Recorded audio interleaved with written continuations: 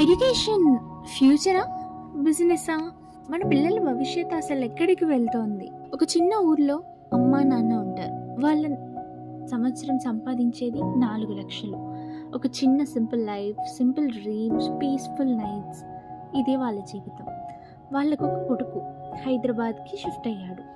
తను తన భార్య కలిసి సంపాదించే సంపాదన 12 లక్షలు, అక్షరాల 12 లక్షల రూపాయలు. బయట ప్రపంచం చూస్తే perfect life, city, success, settled family. కానీ నిజమైన స్టోరీ అక్కడే ఉంది.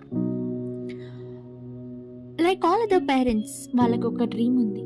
మన పిల్లల్ని మనలాగా స్ట్రగుల్ అవ్వకూడదు, బెస్ట్ ఎడ్యుకేషన్ ఇవ్వాలి, చాలా బెస్ట్ ఫ్యూచర్ ఇవ్వాలి అని.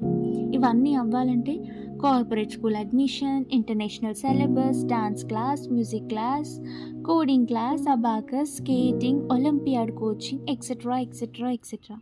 Because society quietly whispers your child must be ahead of all other. ఈరోజు ఆ కొడుకు ఎక్స్పెన్సెస్ అన్నీ క్యాలిక్యులేట్ చేస్తున్నాడు. స్కూల్ ఫీజు 2 లక్షలు, extra activities 60,000, transport 40,000, books and uniform 30,000, house rent 2.5 lakhs, EMIs, groceries, medicines, etcetera etcetera etcetera. Income 12 lakhs, but savings ఎంత, stress ఎంత, anxiety ఎంత. Suddenly he remembered, నా ఎడ్యుకేషన్ మొత్తం కలిపి 1 లక్ష కూడా కాలేదు, అయినా నేను లైఫ్లో సెటిల్ అయ్యాను కదా. There is a painful question there. Education improve అయిందా, లేక ఎడ్యుకేషన్ బిజినెస్ అయిందా?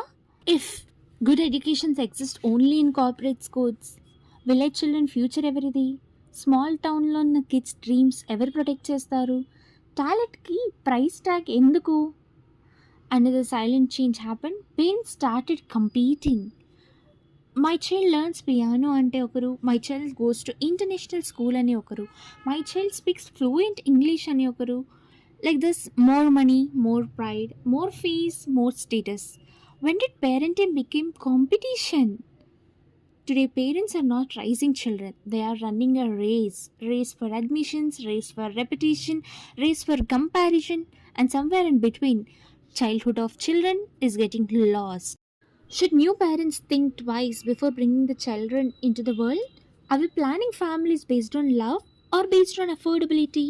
Our parents raised confident humans. We are raising stressed performers. Where are we going wrong? Problem parents lona, children's lona, system lona. If you feel like this, you are not alone. There are many parents thinking like this. Maybe we have to think of the society again.